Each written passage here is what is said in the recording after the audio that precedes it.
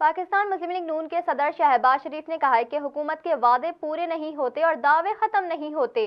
पाकिस्तान मुस्लिम league नून के सदर शहबाज शरीफ ने ट्वीट करते हुए कहा कि किसान यूरिया खाद की तलाश में मारे मारे फिर रहे हैं और ब्लैक मार्केट में महंगे दामों खरीदने पर मजबूर हैं। उन्होंने कहा कि हुकूमती दावों के बावजूद गुज़िश्ता कई हफ्तों से बहरान बरकरार है। यूरिया की कमी से हमारी ज़राअत और किसानों की आमदनी मुतासिर होगी। इस हुकूमत से वादे पूरे नहीं होते मगर दावे हैं कि ख़त्म नहीं होते।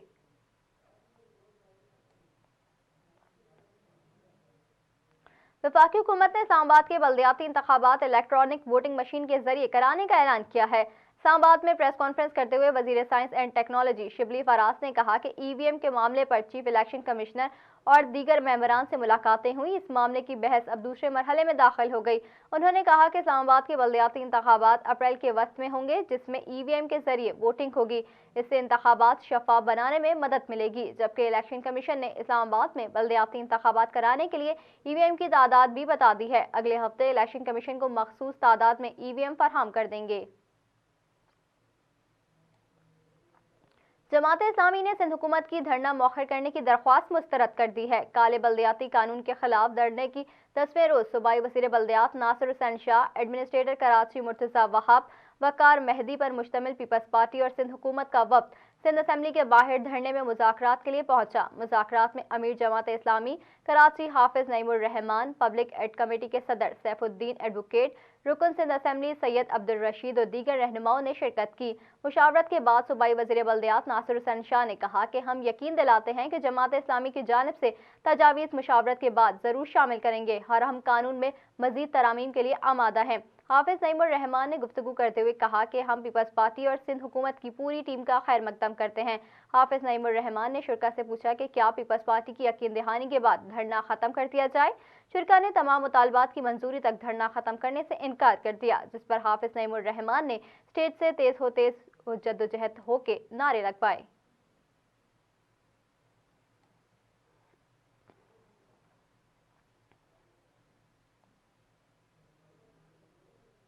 एडमिनिस्ट्रेटर कराची मुर्तज़ा वहाब ने शहर में कोरोना के बढ़ते केसेस के पेश नज़र शहरियों को सख्त फैसलों से खबरदार किया है।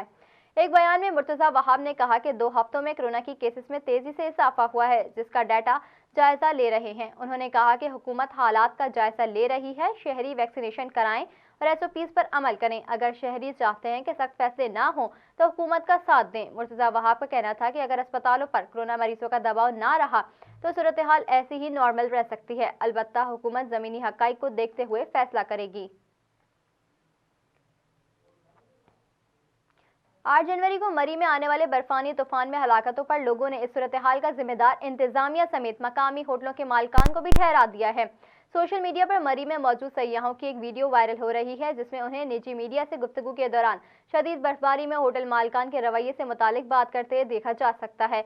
एक सयाह ने बताया कि उनके पास मौजूद कार्ड इस बात का सबूत है कि होटल मालिकान ने एक रात का किराया 70,000 रुपये मांगा, लेकिन बहुत जिद बहस के बाद ये किराया 40,000 करवाया गया। सयाह के मुताबिक होटल मालिकान बजिद थे कि मौसम कैसा भी है या फिर हम कितनी भी मुश्किल में हैं, लेकिन होटल के कमरे का किराया 50,000 से कम नहीं होगा। एक और सयाह ने मरी में होने वाली अमवात का जिम्मेदार होटल मालिकान को ही ठहराते हुए कहा कि जब किराया एक ही दिन का 70,000 कर दिया गया तो जिन फैमिलीज के पास पैसे नहीं थे उन्होंने गाड़ियों में रात गुजारी। अगर एक फैमिली घर से ही 50,000 लेकर निकली है तो वह एक ही रात का किराया 50,000 कैसे देगी। एक और सयाह का कहना था कि हमने इस रात 80,000 में 2 कमरे कराए। हमारे साथ एक फैमिली ने होटल के अमले से किराया कम करने की इल्तिजा की क्योंकि इनके पास इतनी रकम नहीं थी, मगर अमला 50,000 रुपये से कम पर कमरा देने के लिए राजी न था। Chief justice Islamabad high court justice Athar Minallah ने रिमार्क्स दिए कि रियासत का माइंडसेट आवाम की खिदमत करना है ही नहीं, जबकि बातें सब बड़ी बड़ी करते हैं। इस्लामाबाद हाई कोर्ट में 11 झुग्गियों से मुतालिक CDA की कार्रवाई के खिलाफ केस की समाअत हुई, जिसमें अदालत ने CDA को हुक्म दिया कि झुग्गियों वालों की ख्वाहिश के मुताबिक सर्दियों में जगह खाली ना कराई जाए। चीफ जस्टिस ने CDA हुक्म से मुखातिब होते हुए कहा कि CDA खुद अपने ऑर्डिनेंस की खिलाफ वर्जी कर रहा है। आप इस कोर्ट के फैसलों की भी तस्दीक कर रहे हैं। आप आवाम की खिदमत के लिए हैं, इलीट की खिदमत के लिए नहीं। अदालत यकीनी बनाएगी कि इस्लामाबाद में कानून की अमलदारी हो। चीफ जस्टिस अतर मिनुल्लाह का कहना था कि आप बड़े आदमी को सिर्फ नोटिस करते हैं और झुग्गियों वालों के पीछे पड़े हैं। मैं तो कहता हूँ हाईकोर्ट भी कोई गलत काम करे तो हाईकोर्ट पर पर्चा कराएं, हमें खुशी होगी। चीफ जस्टिस ने मजीद कहा कि रियासत का माइंडसेट आवाम की खिदमत करना है ही नहीं। बातें सब बड़ी बड़ी करते हैं, लेकिन लगता है CDA और वफाकी हुकूमत भी है बेबस है। कानून पर अमल दरामद ना हुआ तो चेयरमैन CDA और मेंबरान के खिलाफ क्रिमिनल प्रोसीडिंग शुरू कराएंगे। वफाकी तरक्याती इदारे CDA ने इस्लामाबाद में NLC हलाकत की गैर कानूनी फैक्ट्री बंद करा दी। इस्लामाबाद हाईकोर्ट में 11 के इलाके में झुग्गियों से मुतालिक CDA की कार्रवाई के खिलाफ केस की समाअत हुई। अदालती मुआवनिन अदनान हैदर, उमर एजाज किलानी और दानियाल हसन अदालत के सामने पेश हुए। CDA ने अदालत को आगाह कर दिया कि 11 में NLC ब्लॉक्स की गैर कानूनी फैक्ट्री बंद करा दी। CDA वकील ने कहा कि NLC की ब्लॉक फैक्ट्री को नोटिस किया था, फैक्ट्री बंद कर दी गई है। फैक्ट्री की मटीरियल मशीनरी को भी NLC हुकाम वहां से हटा रहे हैं। हमने उन्हें NOC नहीं दिया था, ताकतवर लोग हैं, उन्होंने खुद से बना ली थी।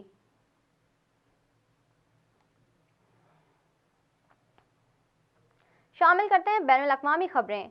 नाइजीरिया में कई दिनों से जारी मोटरसाइकिलिंग गैंग की अंधाधुंध फायरिंग के मुख्तलिफ वाक़यात में कम अज़ कम 200 अफराद हलाक हो गए हैं।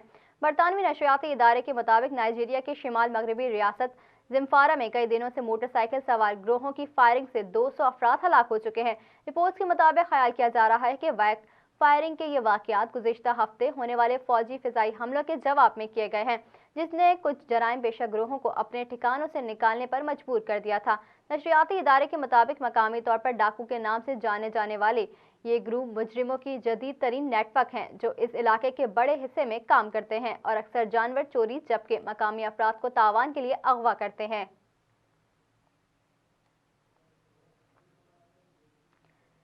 न्यूयॉर्क के अपार्टमेंट की इमारत में आग लगने से 9 बच्चों समेत कम अज कम 19 अफराद हलाक हो गए हैं। बरतानवी नशरियाती इदारे के मुताबिक इतवार के रोज न्यूयॉर्क के इलाके ब्रोनिक्स की 19 मंजिला इमारत की तीसरी मंजिल पर आग लग गई, जिसके नतीजे में अब तक 9 बच्चों समेत 19 अफराद हलाक हो गए। तर्जुमान न्यूयॉर्क मेयर के मुताबिक आग लगने की वजह से मजमूई तौर पर 63 अफराद जख्मी हुए हैं, जिनमें से 32 को अस्पताल मुंतकिल कर दिया गया है, जबकि 13 अफराद की हालत तशवीशनाक है। न्यूयॉर्क के फायर डिपार्टमेंट के कमिश्नर इमारत में लगने वाली आग को हैरानकुन करार दे दिया, जबकि उनका कहना है कि तकरीबन 200 फायर फाइटर्स को आग बुझाने के लिए भेज दिया गया है।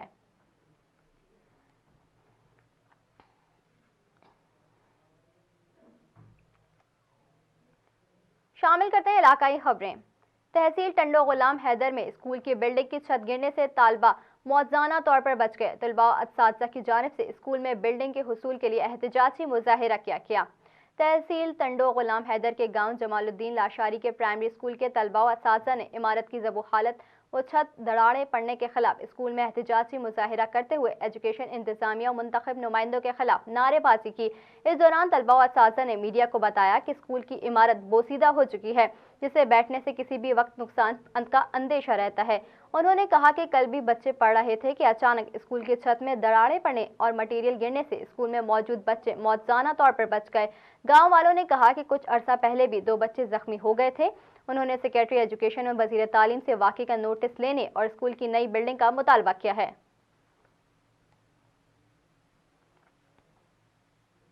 मेरी बारी है और पहले ट्रैक्टर की ट्रॉली मैं ही भरूंगा। लाड़काना में रेती भरने के दौरान झगड़े में 9 अफराद जख्मी हो गए। लाड़काना में माहूटा थाने के हुदूद राइस किनाल से रेत उठाने वाले ट्रैक्टर ड्राइवर, मजदूरों और ठेकेदारों में पहले रेत की ट्रॉली भरने पर झगड़ा हो गया। इस दौरान लातों, मुक्कों, डंडों और बेलचों का आजादाना इस्तेमाल किया गया, जिसके सबब दोनों तरफ से 9 अफराद जख्मी, बरकत अली, शाबान अली, अरबाब अली, मोहम्मद अली और दीगर जख्मी हो गए, जिनको इलाज के लिए चांडका अस्पताल मुंतकिल कर दिया गया। अस्पताल इंतजामिया ने 15 पुलिस को मदद के लिए तलब कर लिया। अस्पताल में इलाज के दौरान दोनों ग्रुपों की जानिब से एक दूसरे पर इल्जाम आयद किए गए हैं।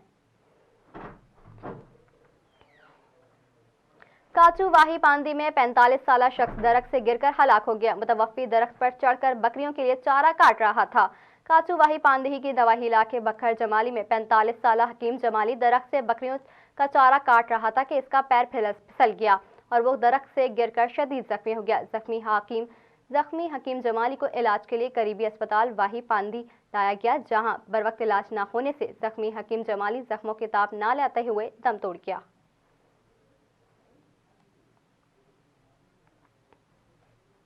मीरपुर खास में स्टार वेलफेयर की जानिब से अवामी प्रेस क्लब के हॉल में बजट साजी के हवाले से इजलास का इनेकाद किया गया।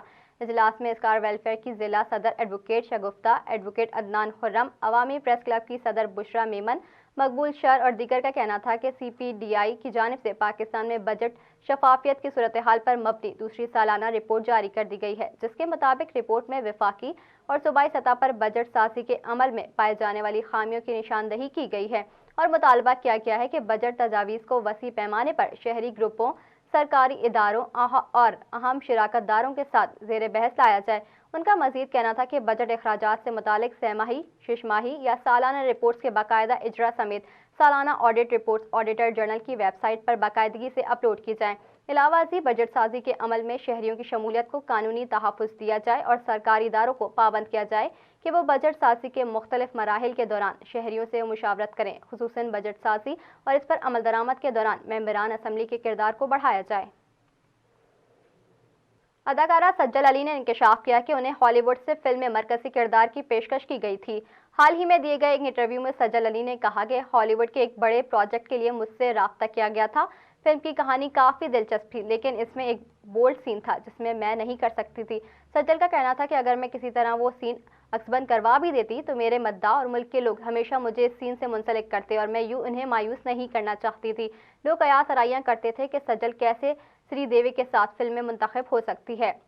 इंटरव्यू में सज्जल अली ने बॉलीवुड फिल्मों में अदाकारी के बाद इंडस्ट्री में लोगों के बदलते रवैये से मुतालिक भी बात की। मारूफ आलिम दीन और स्कॉलर मौलाना तारिक जमील की अपने पालतू जानवरों के साथ दिलचस्प वीडियो सोशल मीडिया पर वायरल हो गई है। इंस्टाग्राम पर मौलाना जमील की एक वीडियो वायरल हो रही है जिसमें मारूफ आलिम दीन को सोफे पर बैठकर मोबाइल फ़ोन इस्तेमाल करते हुए देखा जा सकता है। वीडियो में देखा जा सकता है कि आलिम दीन खुशगवार मूड में हैं और इनके कंधे पर तोता जबकि पास ही पालतू बिल्ली बैठी है। वीडियो में तोता मौलाना तारिक जमील के साथ छेड़छाड़ कर रहा है, जिस पर तारिक जमील भी इस सूरत हाल से लुत्फानंदोज हो रहे हैं।